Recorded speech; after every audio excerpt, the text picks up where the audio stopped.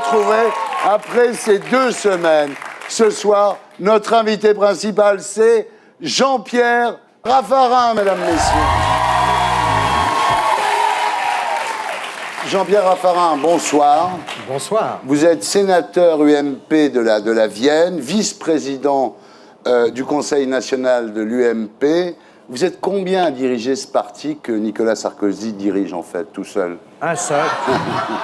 Un seul. Ouais. Bien vu. En tout cas, vous avez été Premier ministre et vous avez été le Jean-Pierre le plus puissant de toute l'histoire de France.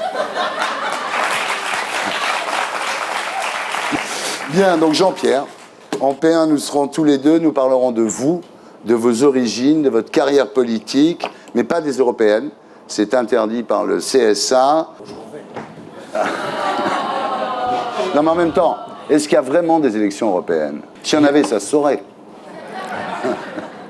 C'est vrai que ça n'a jamais mobilisé en France, mais pas plus en Europe. Ça a toujours été un peu comme ça. Ouais. Faire les européennes pendant Roland-Garros, c'est une bonne idée, vous trouvez, vous? Surtout, là, je crois que la concurrence, ce sera Obama. Hein. Ouais. En P2, nous commenterons l'actualité de la semaine en compagnie de Franz-Olivier Gisbert, patron du Point, animateur sur France 5, essayiste, romancier, qui publie Le Lessiveur chez Flammarion. Le Lessiveur, c'est un bouquin qui est consacré à Frédéric Lefebvre. Toujours en P2, nous accueillerons Christophe Alévèque. Il fait au moins 8 fois qu'il vient ici. Alors, je ne sais pas s'il vient parce qu'il m'aime bien ou parce qu'il déteste les autres, mais il est là sans arrêt. En même temps, au bout de 8 fois, on a le droit de toucher les seins de l'assistante de plateau ici, Jean-Pierre Zildi. Je vous le dis. Quand vous serez venu 8 fois, JP. Chacun ses fantasmes, Thierry. Et en P3, après Le Zapping et Guillon, nous accueillerons notre invité du samedi 20h ce soir, Christian Audigier, pour son autobiographie Mon American Dream chez Lafon. C'est un styliste de la banlieue d'Avignon qui est devenu ami des stars de Los Angeles, qui avait Michael Jackson à son anniversaire et qui a reçu le Alain Delon d'Or de l'homme le plus mégalo de l'année 2009. En fait, il n'est pas mégalo, il nous expliquera, c'est juste les autres qui sont que de la merde, en fait. Ah bon? Ouais. Voilà, l'émission s'appelle Salut les gamins et le groupe Les Gréments de Fortune. Alors Jean-Pierre, vous êtes né le 3 août 1948 à Poitiers. Votre père, Jean Raffarin, était déjà dans la politique. C'est quelqu'un qui a été frappé très jeune, à l'âge de 14 ans, par une tuberculose osseuse, la maladie de Pott, et qui était condamné à l'immobilité, donc il a pris des cours par correspondance, avec un surnom incroyable, La Volonté, il s'appelait, et il est rentré comme maître comptable dans une coopérative agricole dans la Vienne en 1936. Il est rapidement devenu directeur, il a fait une carrière d'élu local, il a été député en 1951, et en 1954, Pierre Mendès France le remarque et le nomme secrétaire d'État à l'agriculture. C'est lui qui invente le verre de lait. C'est-à-dire que tous les élèves, le matin, en arrivant à l'école, avaient un verre de lait. C'est lui qui a inventé ça avec Pierre Mendès France, parce qu'à la fois, il y avait des prescriptions pour la santé des enfants, il y avait besoin de consommer le lait dans notre pays, et donc c'était un agriculteur, mon père. Ouais. Et au fond, il y a quelque chose d'assez méritant qu'on ne voit pas beaucoup aujourd'hui, c'est quelqu'un qui a refusé un poste parce qu'il ne se sentait pas compétent. Ah ouais. On lui a proposé d'être garde des Sceaux. Ouais. Il a dit à Mendès que la chose qu'il connaissait, c'était l'agriculture, et donc s'il entre au gouvernement, c'était à l'agriculture. Rachida Dati n'a pas eu les mêmes pudeurs. Rachida a montré quand même des compétences, Thierry. Oui, ah oui, je sais que vous défendez beaucoup Rachida. Eh oui, j'aime pas qu'on nomme des gens et qu'on les attaque après. C'est pour ça qu'elle peut compter sur mon soutien. Je sais. Alors, votre père a également inventé ça. Oh, mes amis, je m'en donne un mal pour vous préparer le beurre des Charentes-Poitou. Mais quelle finesse, quel goût! Alors, je monte à la ville et je vous l'apporte. Charentes-Poitou, Charentes-Poitou. Tradition de goût.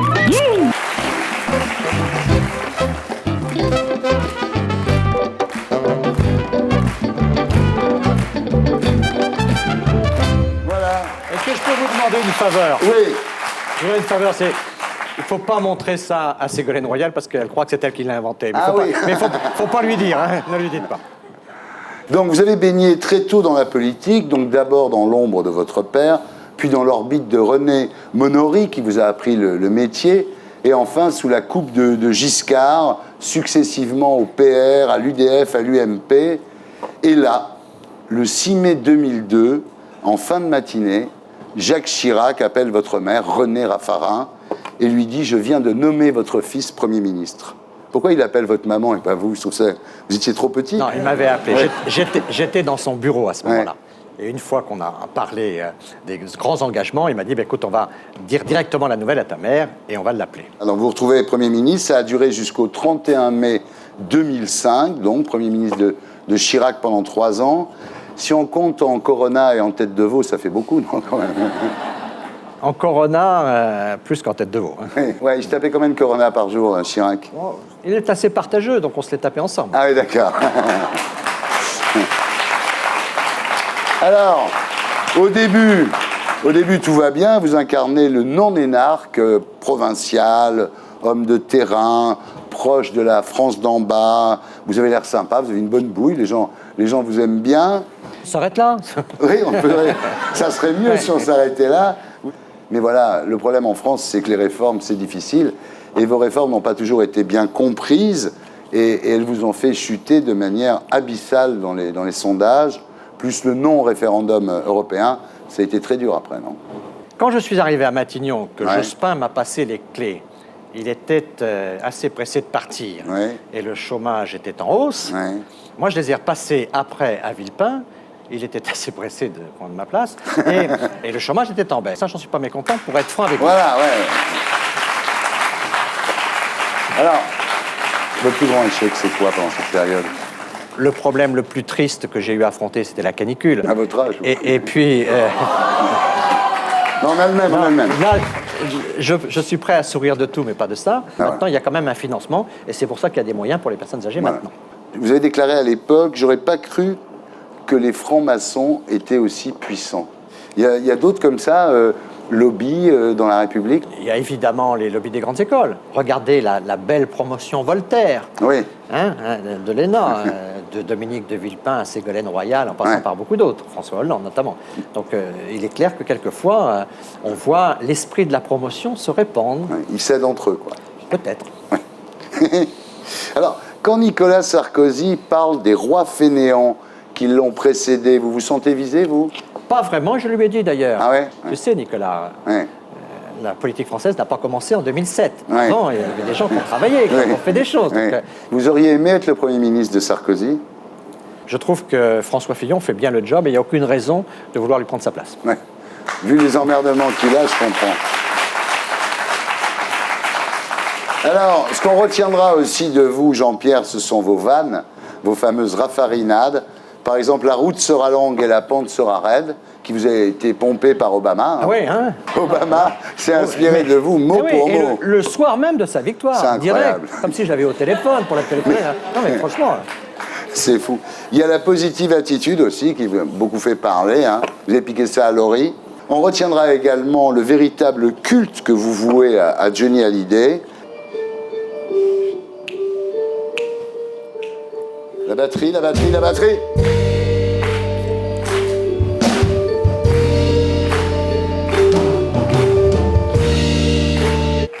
Ah, ça vous plaît, ça, hein? quand tes cheveux s'étalent comme un soleil d'été et que ton Oh oreiller là ressemble là au là champ de blé, là là là. que l'ombre et la lumière dessinent sur ton corps des montagnes, des forêts et des îles au trésor. Vous l'adorez. C'est vrai, alors. Donc ça, c'est la chanson de Johnny que vous préférez, la femme de Johnny que vous préférez. J'aime beaucoup Laetitia Ouais.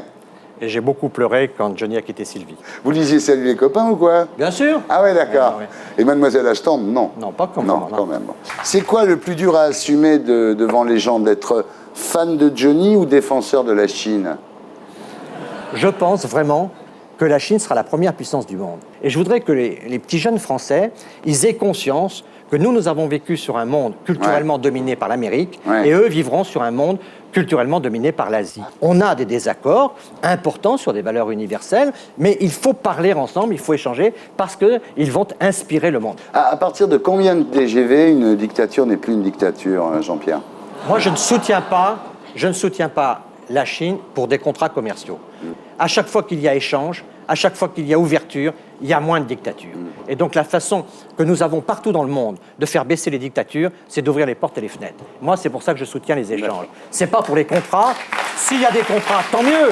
Je suis content qu'on vende des centrales nucléaires, je suis content qu'on vende des TGV. Mais le fond de l'affaire, c'est d'empêcher que pendant que le monde connaît des difficultés, la Chine veuille s'ouvrir et que l'Occident lui dise « fermez, il n'y a rien à voir ». La richesse, elle est pour nous, elle n'est pas pour vous. Quand le Dalai Lama va venir à Paris, là, vous lui serrerez la main, non? C'est un sujet hyper difficile parce que Chinois et Français, on a deux visions du Dalai Lama. Pour nous, c'est un fils de Gandhi, c'est un prix Nobel de la paix, c'est un moine, quelqu'un qui promet le bonheur, qui veut discuter, qui est ouvert et qui est vraiment pas méchant. Non. Pour eux, c'est un chef politique. Il est à la tête d'un gouvernement en exil. Et en exil, il défend une charte qui demande l'indépendance du Tibet. Mais il faut respecter aussi les paroles que nous avons eues, et notamment la parole qu'a eue la France depuis déjà 64, depuis que le général de Gaulle a reconnu la Chine, c'est qu'au fond, nous sommes pour le respect de la souveraineté de la Chine sur ses frontières, nous sommes contre l'indépendance du Tibet, ce qui remettrait en cause l'indépendance de la politique chinoise. Et donc, nous ne voulons pas que les Chinois s'occupent ni de la Corse ni de la Bretagne. Alors, sur le Tibet, soyons aussi tempérés. Vous qui connaissez bien les Chinois, ils mettent quoi dans les nems? Écoutez, c'est souvent très très bon, surtout celle du Sichuan. Et nous recevons Franz-Olivier Gisbert, bonsoir, et Christophe Alévêque. Franz-Olivier Gisbert, vous êtes ici ce soir parce que, après la tragédie du président, votre livre consacré à Jacques Chirac, vous publiez Le président de la tragédie, consacré à Nicolas Sarkozy. Alors, vous avez un peu la même attitude, Jean-Pierre Raffarin et vous, par rapport à Sarkozy, et c'est pas toujours la positive attitude. Hein. Dans Le Point, vous alternez les unes assassines, genre Sarko est-il dépassé, et puis après, 15 jours après, vous faites et si on s'en sortait, quoi. C'est-à-dire que vous variez comme ça. J'aime quelque chose, c'est qu'on le voit de moins en moins dans la presse, mais l'information contradictoire. Ouais. Parce que l'idée qu'il y ait une seule vérité, et puis qu'on la... Ouais. Vous voyez, on est toujours sur le même sillon, c'est de la connerie. Et vous, c'est un peu pareil, hein. Vous êtes vice-président de l'UMP, mais vous êtes contre la loi sur l'audiovisuel public, contre la réforme des hôpitaux. Vous êtes une espèce de résistant light à Sarkozy. Dans ancien Premier ministre, ancien veut dire libre. Ah. Donc moi, je ne veux pas aller au gouvernement. Ouais. Je suis complètement libre. Donc quand je suis d'accord, je le dis. Quand je ne suis pas d'accord, je le dis. Vous le dites aussi, oui. Clairement. Ancien Premier ministre, ça veut souvent dire emmerdeur aussi. Hein. Oui. Parce que c'est vrai, ils emmerdent Oh, souvent ça sent le bouquin, là. Non mais... Mais ça, c'est... Il a bien connu Villepin. Alors, Franck, cette semaine, la une du Point est consacrée au permis à points. Et la semaine dernière, c'était Monsieur le Dauphin, consacré à Jean Sarkozy, le prince Jean. Vous écrivez, enfin votre journal écrit, s'il devient député, il sera inarrêtable. Vous dites également, à 22 ans, il a le biceps stallonien et il enchaîne les pompes à l'heure du laitier. Le biceps stallonien. Pourquoi pas la bite sifrédienne, tant que vous êtes. Qu'est-ce que c'est que cette histoire? Vous pensez qu'on se prépare une dynastie Sarkozy? Et c'est vrai que vous préparez une sur l'avenir radieux de Zora Dati aussi, non? Alors, il y a un mag qui n'alterne pas les unes, lui, c'est toujours à peu près la même, c'est Marianne. On va faire une interview Marianne.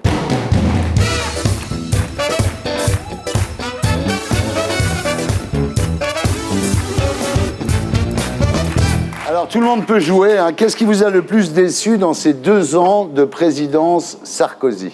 Les 2 ans. Pas Sarkozy. Pas Sarkozy. Et vous?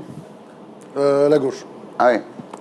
Ah, c'est pas con. Pas con. Ah oui. Qu'est-ce qui vous a le plus énervé dans ces 2 ans? Ah, la gauche. Bah, La gauche c'est encore, honteux. vous? Alors moi, je n'ai pas aimé que la loi audiovisuelle soit mise en œuvre avant qu'elle soit votée définitivement par le Parlement. Ah oui, d'accord. Ça m'a un peu oui, heurté. Oui. C'est vrai que le Sénat, ils se sont fait un peu squeezer, là. Oui, hein. c'est un peu quand même... Ouais, c'est un peu beaucoup. un peu vrai, ça. Vous, je vous demande pas? Si, tu peux me demander. Qu'est-ce qui vous a le plus énervé, mon cher? C'est-à-dire qu'il y a une crise financière quand même qui nous est tombée sur le nez, que personne n'avait vu venir. C'est pas la faute de Sarkozy, la crise financière. Qui aurait pu quand même remettre un petit peu le système en question. Et donc le président Zébulon est arrivé derrière Ouais. en nous disant nous allons punir les coupables. Ouais. Voilà, et personne lui a passé les menottes, si tu veux. Donc Ça m'a beaucoup déçu. C'est-à-dire que je pense que la pensée unique a changé de camp. Maintenant, elle est du côté de la droite décomplexée et c'est ça qui m'énerve le plus. Ouais. En quoi Nicolas Sarkozy est-il un petit Bonaparte? Pourquoi petit? Il y a au fond un nouveau système politique qui est en train de s'installer partout dans le monde, Ouais. auquel on n'est pas habitué, qui pose problème. C'est vrai à Obama, c'était vrai avec Tony Blair, et c'est vrai avec Nicolas Sarkozy, c'est le leadership. Ouais. C'est-à-dire un politique qui assume devant l'opinion publique toutes ses décisions, qui ne délègue pas. Et regardez, au fond, même Madame Clinton, aujourd'hui Obama ne lui laisse pas beaucoup d'espace. Hein. Ouais. De quoi Nicolas Sarkozy manque-t-il? De patience. De patience. C'est un impatient, d'ailleurs, c'est la réponse à Bonaparte. Bonaparte, il croyait toujours qu'il pouvait tout changer tout seul en quelques minutes. C'est un peu le défaut de Nicolas Sarkozy. Jean-Pierre Raffarin nous expliquait que c'était sa qualité, mais enfin, ça peut être aussi un défaut. Ouais. En même temps, il a que 5 ans. Si les gens voulaient bien l'élire à vie, il aurait tout son temps, il ne serait pas obligé d'aller si vite en même temps. Quel est l'ami de Sarkozy que vous supportez le moins? Devedjian. À Devedjian. Ouais. Balkany, tu l'aimes bien. Ah, Balkany aussi. En quoi Nicolas Sarkozy restera-t-il comme un grand président? Il y a une espèce de période, je dirais, entre juin de l'année dernière et la fin de l'année, où c'est vrai que ça a été presque le zéro faute. Non. En quoi Nicolas Sarkozy restera-t-il un grand président, Christophe? Pas sur les photos.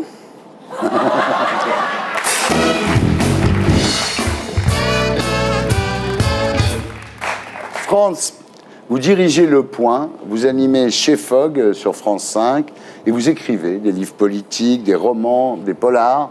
Il y a eu L'Immortel, l'histoire de Jackie Lemat, laissé pour mort sur le parking de sa résidence, le corps criblé de 22 balles. Gros succès, adapté au cinéma, produit par Luc Besson et interprété par Jean Reno. Et aujourd'hui, vous publiez Le Lessiveur. Alors le pitch, dans les eaux troubles du gangstérisme marseillais, un tueur justicier psychopathe nettoie, récure et javélise les intérieurs de ses victimes en les attendant avant de les lessiver eux. C'est quand même assez bizarre. C'est bien Hein. résumé, c'est bien résumé. Vous dites, si j'écris des romans comme ça, c'est pour pas devenir moi-même un serial killer. Là, vous me faites peur là, quand vous dites ça. Là. Ouais. Et puis cette fois, c'est pas les cheveux. Hein. C'est vraiment vous, là. C'est bizarre que vous écriviez des choses comme ça. C'est une maladie, hein, c'est tout. Ouais. Vraiment, j'ai écrit parce que quand j'avais 9 ans et qu'on me demandait qu'est-ce que tu veux faire, je disais pas président ou pape. Ouais. Je disais, voilà, je veux être écrivain, je voulais être Victor Hugo. Bon, Ouais. pas tellement réussi, évidemment. Ouais. Mais je continue à écrire. J'écris la nuit, au petit matin, des histoires, des romans sérieux, des romans policiers. Vous êtes quand même bizarre d'écrire des trucs comme ça, non? Oh, bah, je suis très bizarre, oui, bien sûr, mais je me soigne. Non, mais très bizarre. Bah, je suis bizarre, c'est sûr. Quand on Sinon, pense qu'on lui j'écrirais laisse pas. diriger un magazine important, tu sais. On me prend très au sérieux. Ouais. L'imposture a très bien fonctionné. Mais... voilà. Je suis une sorte d'imposteur qui a réussi. C'est souvent le cas des journalistes, d'ailleurs. Bon, voilà une belle nouvelle. Christophe Lévesque, bonsoir. Bonsoir. Je crois qu'on peut le révéler. Vous êtes là ce soir parce que vous êtes un fan de Jean-Pierre Raffarin. Quand vous le voyez en vrai, ça vous fait quoi? Rien du tout. Alors, je sais pas, Christophe, vous êtes venu tellement de fois dans cette émission. Je vous ai posé à peu près toutes les questions. J'ai essayé d'en trouver des nouvelles. J'en ai trouvé 3 que je vous ai jamais posées. Ouais. Et à part ça, ça va? Écoute, des hauts et des bas, mais j'attends l'été comme tout le monde. Voilà. Ben, c'est marrant, ça amène ma deuxième question. Vous partez quand en vacances? Ouh, bah alors là, c'est assez compliqué parce que j'ai du boulot. Puis après, il faut que je récupère les enfants. Enfin, tout ça est assez... Et vous avez l'heure, là? Écoute, non, je n'ai pas... Eh ben, merde. Question qui tombe à plat. Alors, Christophe, vous êtes actuellement en tournée dans toute la France avec votre nouveau spectacle, Christophe Lévesque et Super Rebelle. Enfin, ce qu'il en reste. C'est le titre du spectacle. Voilà. Et vous serez à partir du 17 octobre au Théâtre du Rond-Point. Vous n'arrivez pas à vous calmer, Christophe. C'est-à-dire que vous êtes toujours bêtement attaché à ces idées de partage, de solidarité, enfin des trucs complètement dépassés. Des trucs de réac. Et dans le spectacle, je ne parle pas que d'actualité. Il y a une revue de presse, mais comme je suis un obsédé sexuel, je parle de sexe. Je suis un misanthrope, donc je parle de la nature humaine. Et puis j'ai 2 enfants, 2 ados, donc j'ai un sketch sur les ados assez gratiné.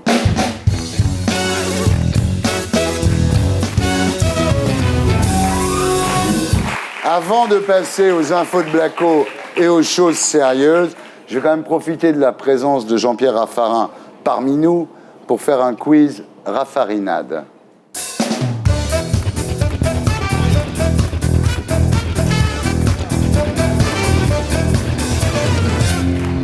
Vous allez me dire si c'est des phrases qui ont été réellement prononcées par Jean-Pierre Raffarin ou pas. To win the yes needs the no, to win again the no. Yes. Yes. Énorme Raffarin. De l'ombre à la lumière, il n'y a qu'un interrupteur. Non. Non, il n'a pas dit. Non, il n'a pas dit ça. Si le marin ne rentre pas au port, c'est rarement la faute du port. Non, Ça, c'est vrai. Sauf que c'est une fausse raffarinade, mon cher Zuisbert. Ouais, mais alors elle est belle, elle est bonne. Alors, il est curieux de constater en France que les veuves vivent plus longtemps que leurs maris. C'est vrai, Jean-Pierre. L'avenir est une suite de quotidiens. C'est lui aussi, ça. Ouais, pas mal, hein? Ouais. Respect, mon pote. Monsieur Raffarin. Monsieur Raffarin. Monsieur Raffarin, ouais. Nos importations viennent trop souvent de l'étranger. Ça, c'est pas lui, c'est Quand pas même lui. pas. Non, Jean-Pierre, non. Non. Le chemin est crotté, mais j'ai de bonnes chaussures. Alain Juppé. Non, c'est pas Raffarin. Il y en a d'énormes. Les jeunes sont destinés à devenir des adultes. C'est possible. Si, Il aurait c'est dit lui. ça Ah ouais. Bah oui, mais c'est juste, il a raison. Ouais. Quand on est mort, c'est pour longtemps, par exemple. Ça, c'est Woody Allen. Là, c'est pas vous. L'éternité, c'est long, surtout vers la fin. Qu'est-ce qu'on peut faire? Un big up! Un big up!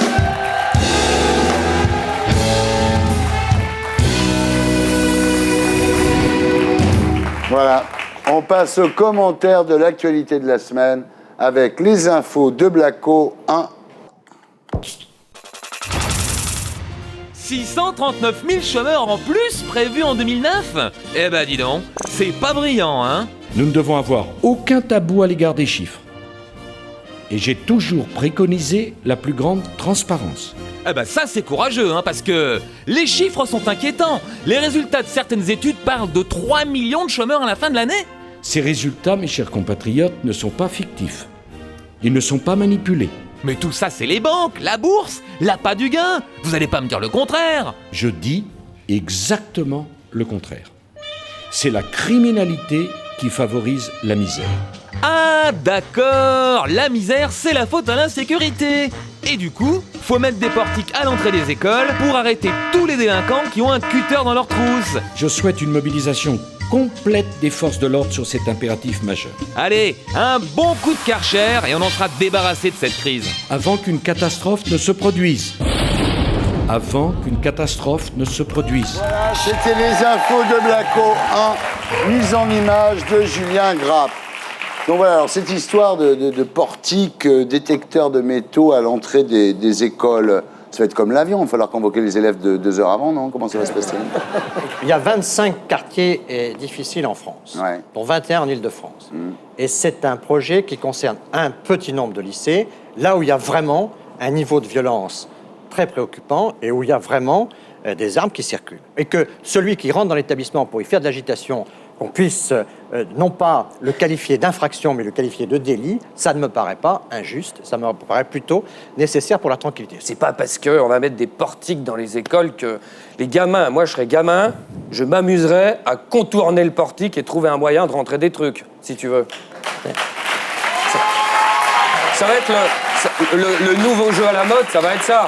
Il y a des enseignants qui se font poignarder. Je sais pas, c'est un boulot difficile, Si les cours sont compliqué. mauvais. Si en plus ils se font poignarder, je vois pas pourquoi on ne prendrait pas un certain nombre de mesures dans les lycées difficiles. Enfin, ça me paraît. L'autre solution, c'est d'armer les profs. C'est une position qui n'est pas majoritaire dans le pays, Ouais. y compris sur les portiques d'avion. Les gens préfèrent passer à travers un portique et avoir la sécurité dans l'avion plutôt que d'avoir un certain nombre de risques dans les avions. Et voilà. Eh ben, qu'est-ce que tu veux? Si les profs ont perdu le respect à l'école, ça vient et de la société, et ça vient aussi. Alors, qu'est-ce On va qu'on voir- fait? Attends, On ferme les écoles. Ça vient Non, aussi mais des qu'est-ce qu'on parents fait? On d'élèves, ferme si les tu écoles. veux. Oui, d'accord, Ouais. aussi, d'accord. Qui à la sortie de la Mais tout classe, ça, c'est le vrai se problème. permettent Les d'insulter profs profs, en oui, disant bien sûr, « Oh, quelle conne celle-là », etc. Ouais. Tu te penses bien que ça tombe pas dans l'oreille des sourds. Ouais. Donc déjà, qu'on fasse de l'éducation avec les parents Mais d'élèves. bien sûr, mais et ça, puis, faut le tu vois, faire. on Mais Et commence, ça, c'était il y a 40 ans, c'était 68, c'est ce qu'on disait.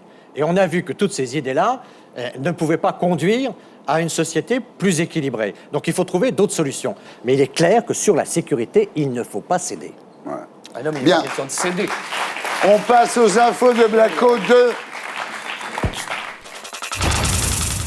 Quand on pense qu'il y a des feignants qui profitent des congés maladie pour rester chez eux sans bosser, pas étonnant après ça que la France aille mal. Heureusement, on a Frédéric Lefebvre. Toujours quelque chose à dire, quelque chose à dire. Si on l'écoutait, un patron pourrait demander à ses salariés de bosser chez eux pendant leur congé maladie. Aujourd'hui, il y a des salariés qui se retrouvent, qui subissent un arrêt maladie. Je ne vois pas pourquoi les moyens modernes, aujourd'hui à leur disposition, on ne les mettrait pas pour qu'ils puissent continuer de travailler s'ils le souhaitent. Alors attention, c'est juste une proposition. Mais enfin, n'oublions pas qu'il y aura bientôt 4,5 millions de chômeurs qui seraient ravis de bosser avec 38 de fièvre. Non mais quel génie ce Fredo. Chaque semaine, il nous agite son chiffon rouge et chaque semaine, tout le monde fonce. Résultat, il y a 2 ans, personne le connaissait et aujourd'hui, on se demande pourquoi il n'est pas encore ministre. Et encore, ministre ? Mais c'est juste un début. Teigneux comme il est, élu des Hauts-de-Seine, grosse présence médiatique, mais c'est un profil qui peut vous mener loin. Bah alors, elle est où la révolution ? Les étudiants étaient censés nous refaire mai 68, les salariés devaient faire plier les patrons comme en 36, on se demandait même si ça sentait pas un peu 1789. Oui, il y a un risque révolutionnaire en France. Ah, elle est belle l'insurrection qui vient, tiens. Au lieu d'une grève générale, certains syndicats ont lancé cette semaine des pique-niques de protestation. Choisis ton camp, camarade, merguez ou chipot. Finalement, les Français s'en foutent de la croissance qui flanche, du chômage qui grimpe. Ce qui détermine leur humeur, c'est la météo. Depuis que le soleil est de retour, tout va mieux. On a eu le festival de Cannes, maintenant Roland-Garros, bientôt les épreuves du bac et hop, c'est les vacances. Alors pour ce qui est de la révolution, on en reparlera à la rentrée. Reste bien sûr 52% de Français qui ne partent pas en vacances. Et cela pourrait manifester. Heureusement cet été, pour calmer les plus jeunes, on a prévu des CRS. Et pour calmer les plus vieux, on compte beaucoup sur la canicule. À boire, j'ai soif. Les infos de Blacko. Alors, J'ai d'ailleurs une très bonne nouvelle. J'ai amené des billets pour tout le monde. Regardez. Prenez, allez-y. Ah non, je prends pas moi. Non, Tiens, regarde. non je prends pas l'argent moi. De façon à relancer l'économie, regardez, je vais vous distribuer. Mesdames et messieurs, allez-y, servez-vous. Servez-vous, n'est-ce pas? Pour les intermittents également. Allez-y. Des billets de 500 €, voilà, pour relancer l'économie. Donc vous voyez que je suis très sérieux et que je suis ça de très près. bien. Alors, la mobilisation sociale de mardi n'a pas été un franc succès. Si Paris était paralysé, c'est plutôt à cause du 2e tour de Roland-Garros. Comment ça se fait d'un seul coup, ça chute comme ça, la mobilisation sociale? On est dans un pays d'économie dominante, les gens sont surendettés, Ouais. on est assailli par les peurs. On vient de l'en voir l'exemple tout à l'heure, tu vois, les peurs, ça peut être à l'école. Récemment, on avait la grippe de la cochonne, donc tu vois, on ne savait pas trop... Voilà, avant, on a eu la grippe aviaire. Après, c'est l'insécurité, la précarité, le chômage. Mais tu sais, les gens, pour les mettre comme ça, tu leur fais peur, tu les endettes. Après, tu as des moutons, hein. Ouais. Ouais, mais les gens, ils en veulent pas de la révolution. C'est ça aussi à l'arrivée. Parce qu'ils c'est ont ça peur, qui est frappant. Non, c'est pas parce qu'ils ont peur. Moi, je crois qu'ils espèrent peut-être qu'on va se sortir plus vite de cette crise que prévu.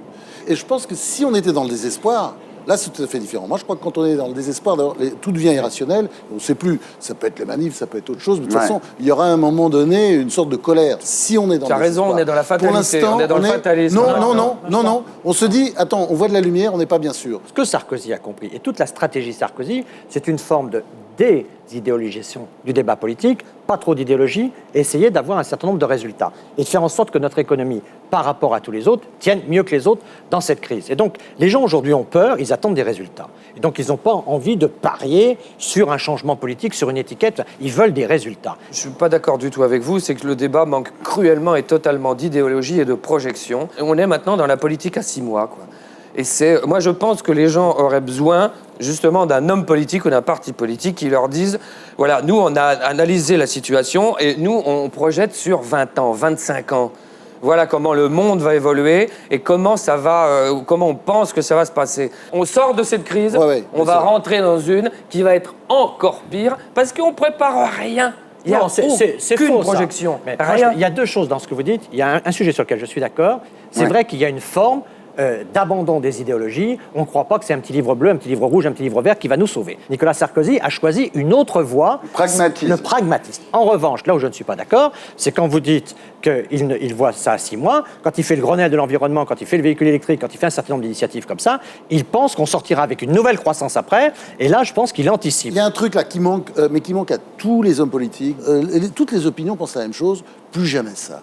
Ils veulent plus revoir ça. Bon, là, on constate que les financiers qui ont mis le monde dans cette merde ne sont pas sanctionnés, c'est-à-dire coulent tous des jours heureux en dépensant leurs millions de dollars dans des paradis fiscaux. Quand on entend il faut moraliser le capitalisme, c'est humaniser la peine de mort, c'est pareil. Ouais, je suis d'accord. Ça, c'est une position très idéologique. Aujourd'hui, qu'est-ce qu'il y a comme autre système pour donner du travail aux gens? C'est-à-dire que si vous voulez, une banque, avant c'était un endroit où on donnait son argent pour qu'on nous le prête. Oui. Maintenant c'est un endroit où on donne son argent pour qu'on nous le vole. Normalement, les voleurs, on les punit.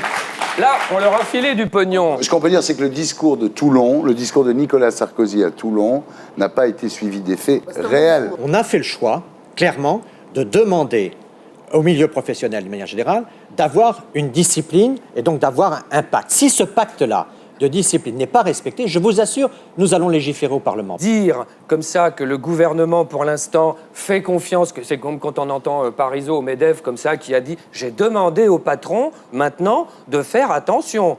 Tu penses bien que les mecs, ils en ont rien à foutre. Ils auront une loi. Voilà. S'ils en ont rien à foutre, ils auront une loi. Pourquoi vous la faites pas tout de suite? Vous savez très bien qu'il y a des gens qui travaillent. Il y a des gens qui travaillent sur le sujet. Il faut légiférer, il faut réglementer, il faut réguler au niveau mondial, au niveau français, à tous les niveaux. Que vous légifériez. On ne peut pas légiférer au niveau mondial. C'est là la difficulté. Que vous légifériez. Enfin, Morin, il est quand même parti avec son pognon contre l'avis du MEDEF, contre l'avis de tout le monde, je veux dire. Ce monsieur, il a un contrat qui est une organisation juridique fondée sur un accord d'un certain nombre de parties. On peut s'en plaindre de son contrat. Non, mais on peut se plaindre du contrat, mais on peut aussi changer de contrat. Mais quand on a un contrat, le contrat entre le propriétaire et le locataire, le contrat de travail, tous les contrats, il faut faire très attention. Une société ne vit pas sans règles de droit. Enfin, donc, quand nos règles de droit l'État est actionnaire de Valeo, quand même. L'État aurait pu faire quelque chose. Mais cette personne-là, je ne veux pas la défendre en tant que telle. Moi, je défends le droit. Oui, je comprends. Et donc, quand vous avez un contrat, c'est pas comme le type qui décide lui-même de se donner un bonus. Oui, c'est vrai. Il faut faire la différence. Quand on cite un nom, je suis toujours un peu gêné. Cela étant, il y a quand même un problème.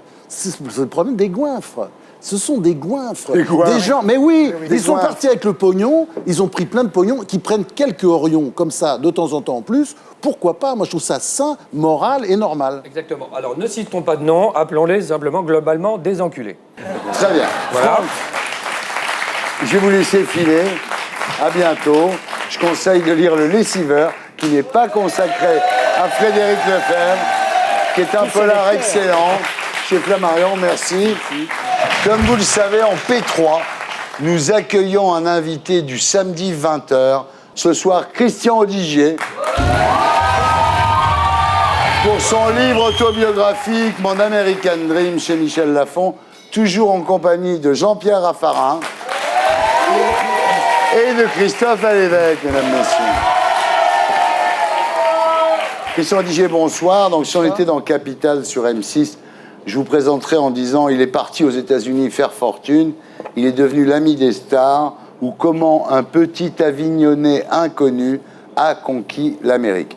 On n'est pas dans Capital, on n'est pas sur M6, mais c'est quand même la vérité. Voilà. Absolument. On en parlera tout à l'heure. Alors, vous avez une idole en commun, tous les deux, évidemment, c'est Johnny Hallyday. Optique 2000. Oh mais dites-moi, vous cherchez la bagarre. Attention. Ça, c'est pour Jean-Pierre, ça. Ah, ça lui fait plaisir. Corps sur ton corps, lourd comme un cheval mort. Ne sait plus si il existe encore. Quand on a fait l'amour, comme d'autres font la guerre. Quand c'est moi le soldat qui meurt et qui l'a fait. Que je t'aime, que je t'aime, que je t'aime.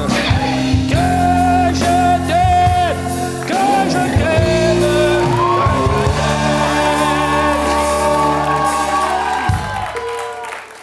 C'est fou. C'est fou, c'est fou.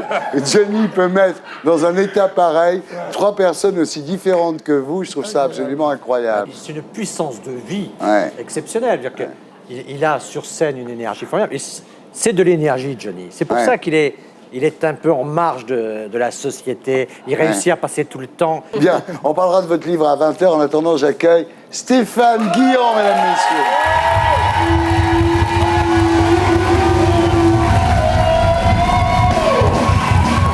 Que je t'aime, que je t'aime. Merci. J'en ai plein, Stéphane. C'est gentil. Regarde. C'est gentil. Ah, c'est gentil. J'ai appris qu'il me gardait l'année prochaine à France Inter, donc c'est vrai que je m'y attache en ce moment. Ah oui, c'est sûr. Ah, tu restes finalement. Merci, merci Jean-Luc S. À vous Stéphane, pour la semaine de Guillaume.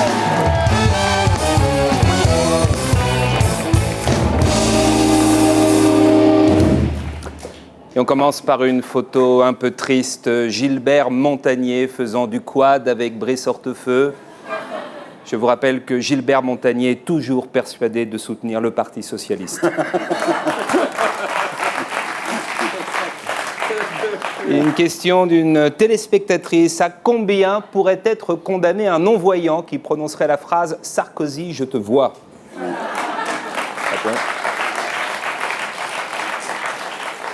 Canal Jimmy a présenté une fiction où DSK devenait Premier ministre. Tout le personnel féminin de Matignon a détesté. Hôtesse d'accueil, secrétaire, femme de chambre, ça leur a fichu la trouille. Le seul truc drôle, c'était Anne Sinclair qui débarquait toutes les 10 minutes en disant « On s'aime comme au premier jour ».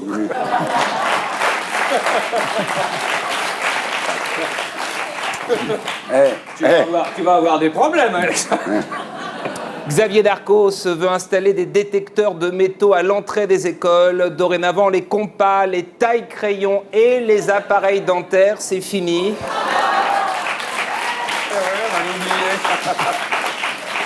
Les futures générations auront des dents de lapin, des dents de vampire, voire les dents de Franck Ribéry.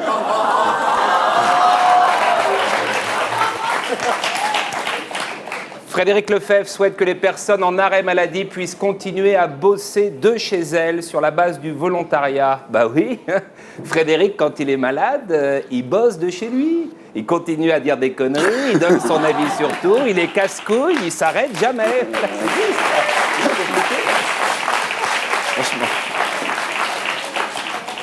À la fin de leur meeting commun, Martine a offert à Ségolène une statuette en l'honneur de son livre « Femme debout ». Et Ségo, rien. Elle lui a rien offert. Pourtant, sur Internet, j'ai trouvé des tas de trucs. Un buffle en bronze, un hippopotame en ivoire, des éléphants. C'est très bon.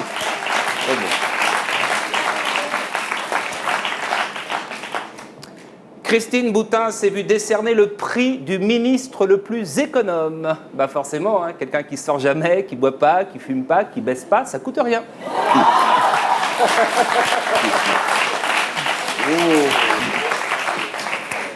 Il y a 10 jours, un bébé congelé a été découvert en Moselle. Non, putain, non. Je vous l'ai dit 100 fois. Pendant le festival de Cannes, il n'y a pas d'émission. Ça sert à rien de congeler un bébé si on ne peut pas plaisanter dessus. Tout ce qui est nourrisson noyé, défenestré, jeté dans une poubelle, attendez qu'on soit rentré. C'est pas compliqué, merde.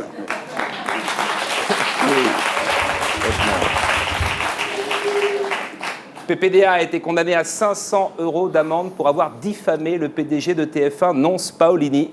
500, c'est également le nombre de téléspectateurs qui regardent PPDA sur Arte. Un chiffre porté carte-bonheur pour lui.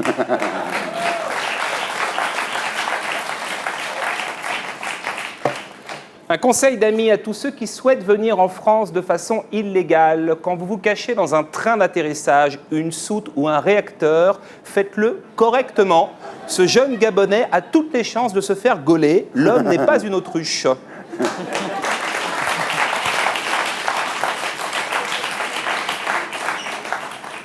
100 000 cas de choléra pourraient être recensés au Zimbabwe. Ça peut arriver en France ? Non. Eh ben, nous faites pas chier avec ce genre d'infos. Si c'est pas une grippe porcine, un truc qui peut nous atteindre, on s'en fout, nous, du choléra au Zimbabwe. C'est fini les vacances, les gars, faut être sur le coup, merde!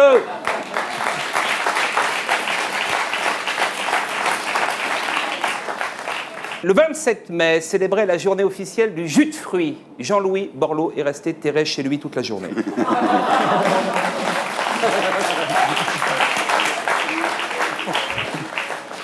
En matière de com, Christian Audigier pourrait rejoindre l'équipe de Nicolas Sarkozy.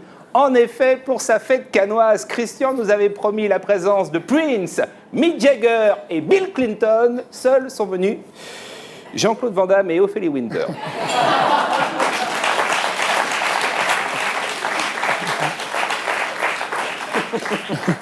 La mère du petit Hicham, 10 ans, arrêtée à la sortie de l'école par une douzaine de policiers, se dit inquiète. Cette expérience l'a secouée. Hicham ne veut pas retourner à l'école. Eh bah ouais, ça emprunte des vélos, ça roule des mécaniques, ça joue les caïds. Et après, quand il faut monter dans la voiture de police avec le gyrophare, la sirène et les grands gars en gilet pare-balles qui hurlent « Bouge pas, je te dis! Prends-lui son cartable Hello Kitty! Bouge pas ou je te crève, salope!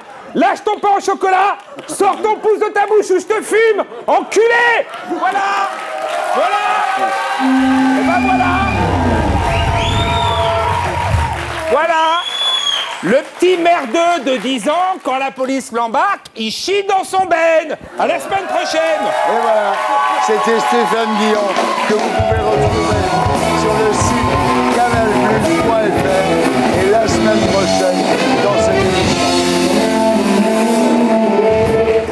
Et maintenant, on passe à l'invité du samedi 20h.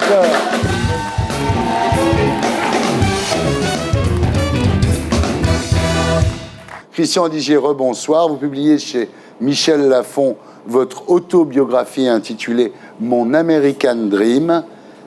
C'est vrai que vous avez votre nom tatoué sur le dos. Ouais, c'est vrai. Ouais. C'est vrai, ça. Ouais. Vous avez peur qu'on ne vous reconnaisse pas de dos?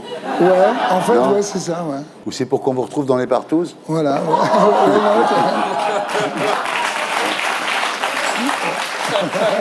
Alors, vous dites, j'ai toujours rêvé d'être une rockstar, un artiste. Pourtant, au départ, j'étais pas vraiment programmé pour. C'est vrai que vous grandissez à Avignon, dans une HLM, à Champfleury. Les premiers poulaillers en béton, dites-vous. Et quand vous alliez à la plage, à Caril-Rouet avec votre maman, c'était en Simcamille. Ouais, exactement. Tout ça jusqu'au jour où votre vie a basculé. Après une dispute à la maison, votre père part rejoindre sa jeune maîtresse. Et on peut dire que c'est le turning point of your life. Ce drame vous a marqué au fer rouge. Et cette violence que vous avez, cette espèce de désir d'argent, de volonté d'être connu, d'être adulé, tout est parti de là, quoi. Exactement. J'ai voulu devenir quelqu'un, en fait, le père de famille que la famille dont tu avais besoin, quoi. Ouais. Donc j'ai travaillé très jeune, à l'âge de 14 ans et demi, et je suis allé bosser. Voilà. Vous êtes attiré par la mode, hein. Chez vous, vous faites des découpages avec des catalogues, des montages, vous inventez des nouveaux looks, quoi. Vous avez déjà l'idée de devenir un designer, un styliste de mode, et c'est là qu'à 11 ans, vous plongez dans le culte de Johnny. Voilà. Et Johnny devient votre héros, votre idole, votre phare, votre messie, votre dieu. Il va devenir comme mon père spirituel. Ouais. Et je vais faire tout ce qu'il fait, en fait. Quitte une gonzesse, j'en quitte une. Il en a une autre, j'en ai une autre. En fait, je vis les mêmes choses que lui, quoi, les mêmes vibrations, en fait. Ouais, voilà. Ça m'est arrivé, mais avec les Beatles. Ouais, ouais. Ils allaient en Inde, j'allais en Inde. Ils se droguaient, je me droguais. Ils divorçaient, je divorçais, exactement. Il y en a un qui faisait, quand ils faisaient des choses différentes, tu faisais quoi? Ben, j'étais partagé. Ouais. Alors, vous vous lancez dans le business. Au départ, vous customisez des fripes. Hein. Et alors, ça marche tellement bien qu'il y a des soirs, vous rentrez chez vous et torse nu parce que votre dernière chemise, on vous l'a demandé dans une boîte de nuit. Ouais, exactement. Ouais. Je deviens commerçant très jeune, en fait. Ouais. Vous avez du succès très jeune. Vous êtes une vraie coqueluche à l'époque. Ouais, dans ma ville, je deviens le prince de la ville, en fait. Je travaille dans une boutique à la mode qui est Jean Machine à l'époque. Et je deviens le meilleur vendeur, quoi. J'ai l'art de pouvoir mettre les choses ensemble et d'en vendre plus que les autres, en fait. Voilà.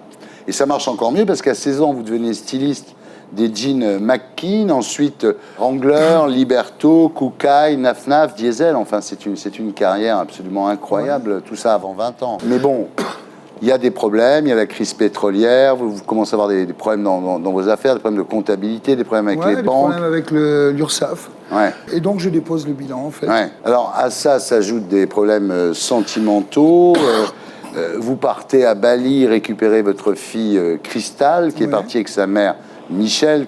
Vous arrivez à Bali, vous décidez de vous séparer de cette Michel très peu de temps après, mais voilà, vous montez quand même un hôtel, un resto, 2 boutiques, enfin... Exactement, Je deviens autonome là-bas. Et c'est là que votre vie va basculer à nouveau. Vous faites serrer par les flics dans une soirée où traînent toutes sortes de drogues. Ouais, exactement, des pilules d'ecstasy, de la coke et du hashish. Et les gens me balancent tout simplement parce qu'ils trouvent un pétard dans mon blouson. Et à cause de ça, vous vous retrouvez en prison? Ouais, je me retrouve en prison et je prends 10 ans de prison. Dans la pire prison du monde, c'est celle de Denpasar. Absolument, celle où Michael Blanc d'ailleurs est... Bah oui, ça c'est Midnight Express qui commence. Alors ce qui est très intéressant encore une fois, c'est que dans sa cellule, il met un poster de Johnny. Ouais. Je mets une pochette de disque de Johnny, du Stade de France, et donc j'écoute Johnny à tue-tête. En fait, là-bas, j'arrive à monnayer en fait une cellule privée, VIP. Je vais l'appeler. Il est toujours un VIP. ouais, j'adore ça. Même en prison, il est au VIP. En fait, vous sortirez 3 mois plus tard contre 45 000 $, 3 mois et demi après, oui. Qui vous ont été donnés par qui à l'époque? C'est mes biens qui ont été vendus là-bas. Donc j'avais les 2 boutiques. L'hôtel et le bar. Et là, vous faites un rêve prémonitoire, un rêve merveilleux, magique, où vous entrevoyez la vie que vous aurez plus tard, entouré de stars d'Hollywood, etc. La prison, c'est dur les 10 premiers jours, tu vois. Et ensuite, malheureusement, tu t'y fais. Et donc, tu arrives à rêver à nouveau, tu vois. Et donc, je préférais en faire de meilleurs, quoi. Vous partez au Mexique où vos potes vous donnent un coup de main. Alors, quand vous arrivez à l'aéroport, il y a une limousine, ils vous ont acheté des fringues, ils vous donnent 2000 $. Avec un petit mot bon pour un nouveau tour de piste. Ils sont sympas. Ils sont là, d'ailleurs. Ils travaillent avec moi aujourd'hui. Ils sont toujours avec moi, c'est les mêmes amis. Et là, vous créez une marque de jeans qui s'appelle Cristal. Vous exposez à Las Vegas. Vous avez du pot, quand même. Vous rencontrez le propriétaire de la marque Von Dutch. Ouais, il n'est pas propriétaire de la marque Von Dutch. Il vient d'acheter les droits de Von Dutch pour en faire un film. Donc la marque n'existe pas. Je l'approche et je lui dis que je pense qu'en faire une marque, ça serait un truc aussi fort que Levi's, tu vois. Et en fait, il me dit, essayons. En fait, ce que Christian a inventé, c'est le celebrity wear, c'est-à-dire que c'est d'offrir des vêtements à des stars pour qu'elles les portent et qu'effectivement, c'est une publicité gratuite. Ça commence avec Britney Spears, c'est Justin Timberlake qui est avec elle à l'époque. Et alors, c'est un système quand même assez pervers, parce que les stars qui pourraient se payer vos produits, les ont gratuitement, et ils donnent envie à des gens qui n'ont pas les moyens de se les payer, en fait. Ouais, c'est dommage, mais en fait, mais les pauvres gens dont vous parlez, apparemment, ils sont satisfaits parce qu'ils en achètent plein, quoi. Ouais. Donc vous avez fait fortune parce que les stars sont radines, en fait. Ouais, peut-être, vous êtes ça. Non, je pense pas qu'elles soient radines. Certaines les achètent aussi. L'exemple de Madonna, qui a acheté ses vêtements jusqu'au jour où je la rencontre, et j'ai l'occasion de pouvoir lui offrir, quoi. Est-ce qu'il y a des stars qui vous ont demandé si vous faisiez aussi des enfants à adopter? Parce que... non, ça va pas tarder. Vous pouvez le faire. Hein. Ensuite, vous lancez la marque Ed Hardy et la marque Smet avec Johnny Hallyday. Ouais. Ça marche bien, vos affaires, non? Ouais, ça marche très bien. 130 millions de dollars en 2008, c'est bien. Ouais. Ça, c'est le bénéfice. Moi aussi, ça marche bien, hein.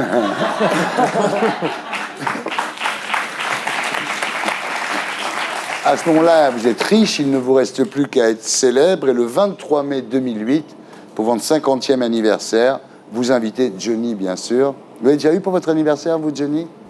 Non, mais je l'ai vu à l'anniversaire d'un ami commun. Il faudrait qu'il vienne au vôtre. Écoutez, ça ne presse pas. Ah. Johnny, Snoop Dogg, Fergie, Macy Gray, Michael Jackson. C'est un peu Coco, quoi, quand même. C'est un peu. Ouais, c'est exactement, c'est un peu mon histoire. Donc Michael Jackson vient, vous lui dites qu'il est le king of pop et il vous répond, tu es le king of fashion. Voilà. C'est pas mal, non? Hein? Ouais.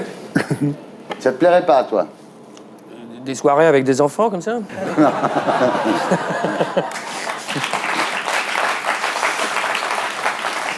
Vous n'avez jamais eu envie d'être ami avec Madonna et Michael Jackson? Moi, j'aurais bien eu envie d'être ami avec Gina Lollobrigida. Ouais. Mais très, très ami, tu vois. Avec Sophia Loren aussi. Oui. Et Claudia Cardinal. Exactement. Exactement, moi aussi. Au lieu qu'elle porte mes jeans, j'aurais préféré qu'elle les enlève, si tu veux. Et votre mère, elle est venue vous voir à Los Angeles? Ma maman n'est plus là. Ouais. Depuis Mais 5 avant? ans, non. Oui, bien sûr qu'elle est venue, oui. Mais elle n'a pas connu cette époque florissante, en fait. Et votre père, vous l'avez vu, là? Non, mon père est décédé aussi. J'ai jamais connu, quoi. Vous voulez étonner qui, alors, si vos parents sont morts? Oh, je vais étonner personne. J'ai une famille, j'ai 4 enfants, une femme que j'adore. Donc, je veux même pas les épater. Je veux m'occuper d'eux, quoi, du mieux que je puisse. Mieux que ce que mon père l'a fait pour moi, par exemple. Ouais. Christophe, une question à Christian? Oui, je parle pas anglais, mais tu pourrais me filer un jean quand même. C'était Salut les Terriens avec Jean-Pierre Raffarin, mesdames, messieurs. Franz-Olivier Gisbert pour Le Lessiveur chez Flammarion. Christophe Alévêque pour Super Rebelle. Ce qu'il en reste, son nouveau spectacle. Christian Odigier pour Mon American Dream chez Michel Lafon. Je vous laisse avec le multiplex foot de la 38e journée de Ligue 1. Eh ouais, à la semaine prochaine. Salut les Terriens!